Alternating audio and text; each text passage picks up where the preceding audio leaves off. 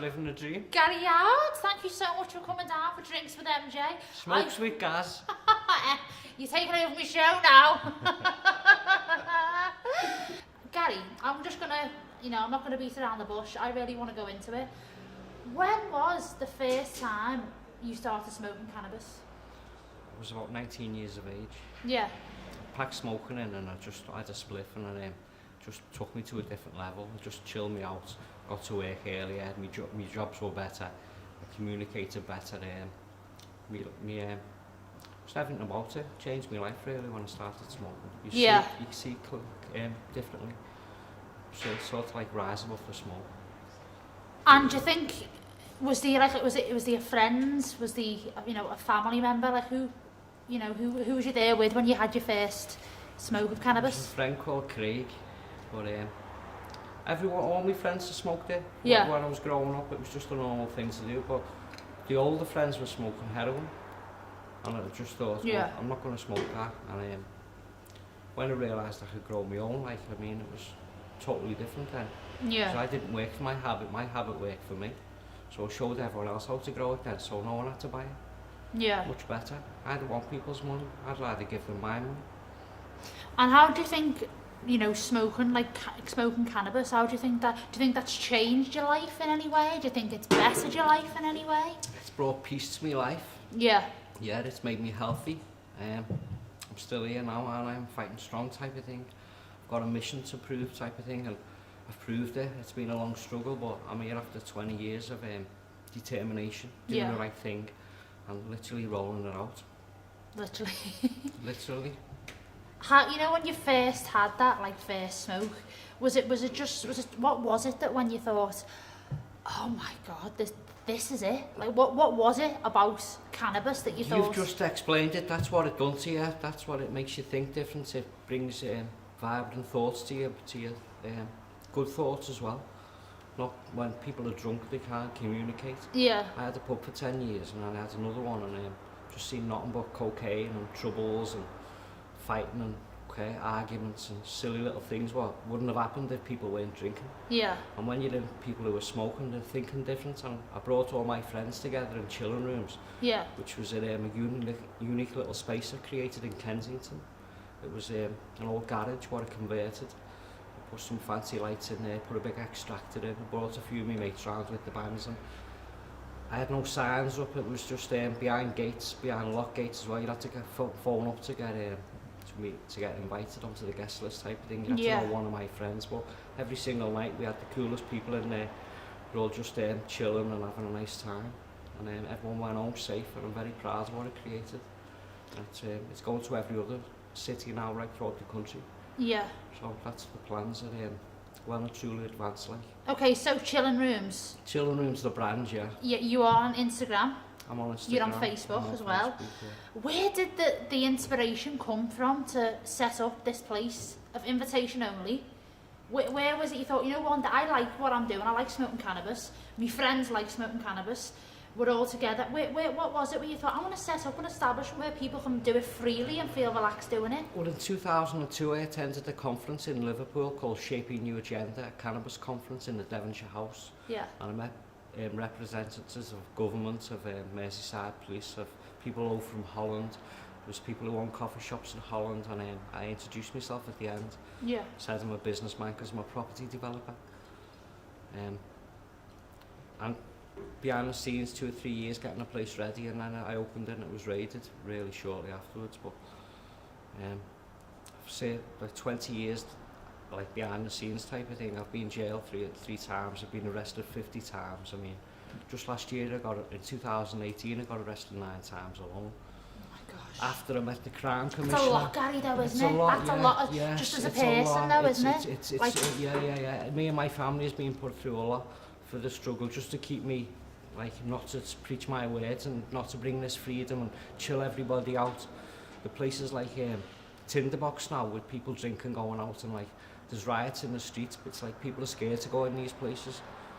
Especially I wouldn't want my mum going to town. I know, for instance, if someone on steroids or too much cocaine, you might just snap and you don't know what's going to happen, and it happens every other night in town. There's gang fights and wars and You know, I've got friends who adore me, used to come and tell me the stories, what had gone on with the coke dealers and the violence and the gangs and just whatever that, the slashings and stabbings, and Chillin Rooms is going to chill everything out. So I want to hopefully get rid of all the bars in Liverpool city centre and create a safe place where the tourists can come and go and relax and just like go home safe and not see like the violence and the underbelly, what's been happening for 40 years, all the corruption, what's been going on, and I'm here to make a change and chill the place out, and I'm really...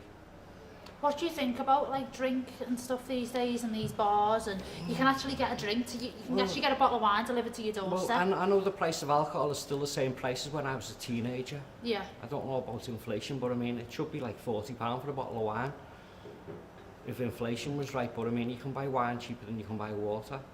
So, I mean, there's one business what owns all the alcohol businesses, and you know, it's got a lot of clout in the government, but what's happening now is people are growing their own weed and they're not chilling place out, and they don't want to drink alcohol and be sick, and you know, the children come in and are paralytic on the couch and they can't speak. I mean, all these things. When I was a child growing up, there were winos. You were standing at the bus stop, and like now we don't hear the word wino. I mean, it's also like the glamour around alcohol. People, it's a dangerous poison if you ask me. It's intoxicated. If you look in the middle of the word, it's got toxic in it. Yeah. So people should be very wary of it, especially if you know your teenagers going out or something. Okay, because it's not a safe environment, is it? How was setting up the Chillin Rooms and just being open about smoking cannabis and being so for it, and you know, flying that flag? I wasn't open. I was in private. Yeah, no, but I mean, like, you know, you as a person, you know, you don't hide away from it, do you? I've got the morals, okay? I know right and wrong, and my moral compass is where it should be. I mean, no crime is going to happen in front of me because I won't let it.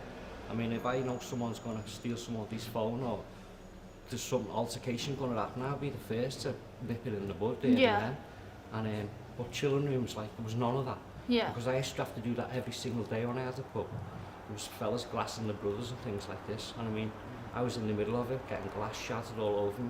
But like in Chillin Rooms, I never even had a cigarette put out on the floor in 15 years. Like, it's just the most chilled out place you could ever. How has it changed your life, or how has it, you know, altered your life? It's never stopped me going to work ever. Yeah. Okay, I've always been able to. My responsibilities, I've had to do. I've had to, you know, I've accomplished all the things. Like, my property business was hugely successful. What I had to sign up my name, what's still fully functioning. Now I was working in Breck Road and in Shield Road. These are the places where the crime hotspots, we'll call it, where there's open prostitution, girls sell themselves for £4. I mean, there's crack dealers on every corner. I mean, how bad can it get before people make a decision and say, like, hang on a minute, let's try something different. What does winning the drug war look like? Are they going to arrest every single cannabis grower and fill the jails up and there's not going to be no cannabis? No, it's never going to happen, ever.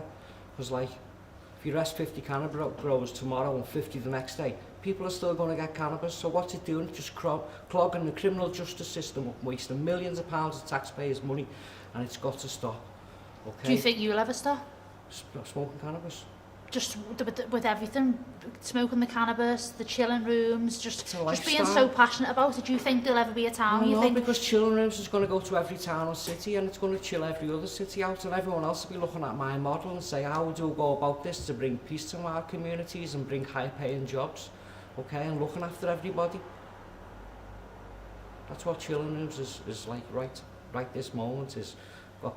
It's got like 10 other directors, it's got 50 other shareholders. I'm going to London tomorrow to sort out a few of the deals out. What would be your ultimate, I personally don't like the term goal, but what would be your ultimate, like, yes, I've done that? What do you want to achieve by this time next year? I'd like an Oxford Street flagship store. I'm going up there tomorrow to London to sort it out. So hopefully this time next year there'll be a flagship store on Oxford Street, a big massive Chillin Rooms, a cathedral of peace employing tens of thousands of people in this new industry, with all the other coffee shops opening up and like just bringing the peace.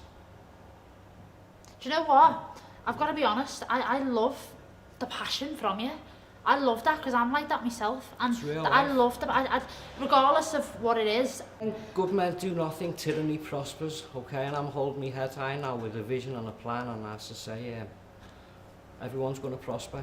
How do you relax? You know, when you're in your house of a night, how do you think, I've done what I've had to do in the day, I want to settle down, I don't want anyone knocking on my door. What's a relaxing night for you? Roll a big fat joint. Okay. Okay, and I have good friends around who, with conversation, but when the Chillin Rooms open, I'll have 150 friends around, and I'll have 10 different bands on as well. So I mean, with my operating procedure is going to be an app, so you're going to have to download a private app. You're going to have to book your seat, you're going to have to see who's sitting next to you. So I mean, it's like you're above the times, Gary, with what's going on. It's just... It's going to be cashless as well, so I mean, you're going to like meet all the cool people who've been stuck in their houses, who like smoke a bit of cannabis, who've been stigmatised with the local doorman or the local policeman or the local security guard, wanting to know what's in his pocket, and you know, just vilify him, stigmatise him, make him out like he's a junkie with a needle in his arm.